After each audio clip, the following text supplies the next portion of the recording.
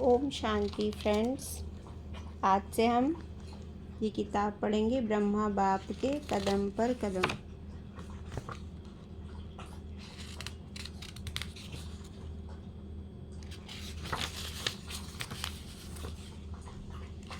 ये ब्रह्मा बाबा के आत्मजीवनी के ऊपर ही है। देखिए इसमें अमृत सूची में क्या क्या है। आत्मिक स्वरूप का अभ्यास, आत्मिक दृष्टि का अभ्यास, अशरीरी स्थिति का अभ्यास, वैदेही स्थिति का अभ्यास, फरिश्ता स्वरूप को देखने का अभ्यास, डबल लाइट स्थिति का अभ्यास, फरिश्ता स्वरूप का अभ्यास, बाप के साथ मुख्य 4 संबंधों का स्पष्टीकरण, बाप के साथ बाप के संबंध की अनुभूति, बाप के साथ टीचर के संबंध की अनुभूति, बाप के साथ सतगुरु के संबंध की अनुभूति, बाप के साथ साजन के संबंध की अनुभूति, शुभ भावना शुभकामना का प्रयोग, 5 तत्वों को योगदान, जंगल